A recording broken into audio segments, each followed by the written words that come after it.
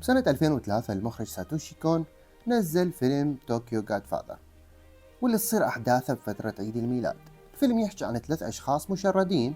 الأول اسمه جين، هو مدمن على الكحول. والثاني هانا، شخص يلبس ويتصرف كامرأة بس هو بالأساس رجال. والثالث ميوكي، بنية مراهقة هربانة من أهلها. نتابعهم وهم يشوفون طفل رضيع متروك بين الزبالة بليلة عيد الميلاد، وهذا الحدث يغير مجرى حياتهم كليا.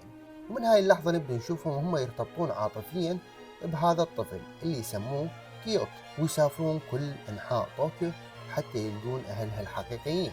خلال رحلتهم كل واحد منهم يواجه السبب الحقيقي اللي خلاه يصير بدون بيت. الفيلم مثل أغلب أفلام عيد الميلاد يحمل فكرة الخلاص أو التوبة، وساتوشي مبتعد عن هاي الفكرة. عيد الميلاد هو الوقت الوحيد اللي راجع به الإنسان نفسه، لأن السنة راح تخلص، وهو الوقت المناسب حتى نكون شاكرين للناس اللي حوالينا ونقدر اللحظات اللي وياهم. ومن خلال الطفلة كيوكي اللي تعتبرها هانا معجزة من رب العالمين، تصير هاي الطفلة كأنها هي المرشد أو السبب اللي يخلي الثلاثة يعيدون التفكير بحياتهم ويحاولون يلقون السلام الداخلي. جين يلتقي ببنته، هانا تتقبل الغلط اللي سوته أمها، وميوكي ترجع لعائلتها وبطريقة معينة كلهم مرتبطين بموضوع الأهل. جين هو أب هرب من زوجته وبنته، هانا شخص تخلى عنها أهلها، وميوكي هي بنت هربت من أهلها.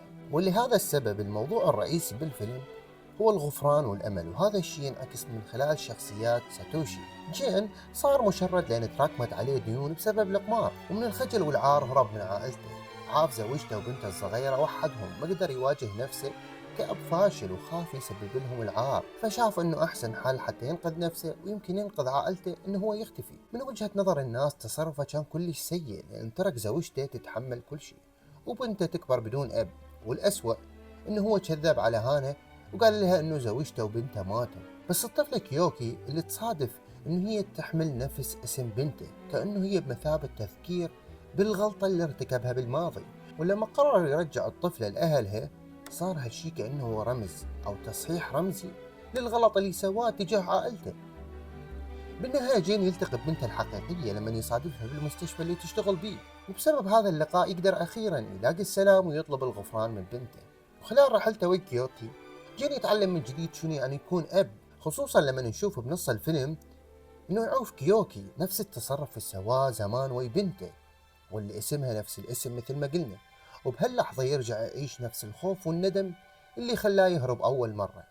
هانا هو رجال بس يلبس ويتصرف كامرأة، صار مشرد لأن هو ما هرب من البيت أو من عائلة، هرب من شغله اللي كان يشتغل بيه كمغني بملهى ليلي. السبب انه اعتدى على واحد من الزبائن وما قدر يواجه المدير مالته فشرد. بالبداية هانا كان يريد يحتفظ بكيوكي ويربيها بنفسه، بس بعدين عقله غلب على عاطفته وقرر ويا جين وميوكي يدورون على أهل الطفل الحقيقيين. هو كان يريد هاي الطفلة تعيش حياة طبيعية، حياة هانا نفسها ما قدر يحصل عليه لأن أمها الحقيقية تخلت عنه. بالنسبة لهانا ما كان يتمنى كيوكي تعيش نفس مصيره ولا تكبر وهي ما تعرف من أهلها الحقيقيين. ميوكي هي بنت مراهقة هربت من أهلها بعد ما طعنت أبوها بالسكين. السبب كانت حاسة إنه ماكو أحد يسمعها وإنه صوتها ما له قيمة، فانفجرت بالغلط وسوت هالشي، وبعدها ما شافت حل غير الهروب. من ذاك اليوم عاشت بالشارع وهي تمثل الجانب المأساوي من التشرد، خصوصا لما تكون بعمر صغير، لأن هي بعدها طفلة ما تعرف شلون تواجه الحياة. هي مؤمنة تماما إنه ما تقدر ترجع لبيتهم، تحس إنه جسر الرجعة انكسر، حتى لو أهلها سامحوها هي صعب تسامح نفسها. الفيلم يشوفنا إنه أبوها كان ينتظرها وكان مستعد يستقبلها بأي لحظة، يعني الباب كان مفتوح، بس ميوكي هي اللي سدت الطريق بنفسها.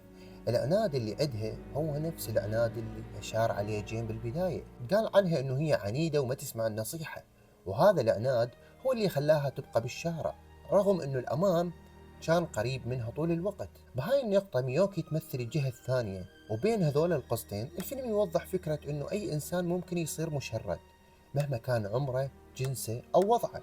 جين رجل مستقيم كانت عنده عائلة، هانا رجل يتصرف ويلبس كامرأة، وميوكي بنت مراهقة، وكيوكي طفلة صغيرة ما تعرف حتى تحكي، وكلهم بطريقتهم مشردين. يعني التشرد ما يختار نوع واحد من الناس، يصيب الكل، الكبير والصغير، الرجال والمرأة، حتى الطفل. ميوكي رغم انه هي تخاطر بحياتها حتى تلقى اهل كيوكي، بس بنفس الوقت هي تخاف تواجه أهلها الحقيقيين اللي الكل يريدون منها ترجع. شلون نشوف كيوكي؟ هي تشوفها نفس نظرتنا احنا كمشاهدين إلها، نشوفها بنت ضايعة وتحتاج ترجع للبيت. الفيلم يوصل هاي الرسالة بنهاية مؤثرة كلش، لما بالصدفة والد ميوكي يشوفها أخيرا، وهي بنفس اللحظة تحس شنو معنى الرجوع. مثل ما هي رجعت كيوكي لأهلها، كيوكي هي اللي رجعتها لأبوها. كيوكي صارت رمز للأمل لكل الشخصيات الثلاثة، بسببها وبتنقلهم بكل طوكيو قدروا يواجهون ماضيهم ويصالحوه. جين اللي جابتنا من جديد هانا غفرت لأمها، كلهم تغيروا بسبب هاي الطفلة الصغيرة. كيوكي صارت تمثل أشياء مختلفة لكل واحد منهم. بالنسبة لجين هي تمثل بنته، تمثل الغلطة اللي لازم يصلحها، وبالنسبة لهانا هي تمثل نفسها وهي طفلة من تركة أهلها، وبالنسبة لميوكي تمثل البيت اللي هربت منه. بكلمة ثانية كيوكي جمعتهم، خلت كل واحد يواجه نفسه ويغفر الماضي. ولهنا وصلنا وياكم لنهاية الفيديو، إن شاء الله يا رب يكون عجبكم. نشوفكم بالفيديوهات الجاية. تحياتي.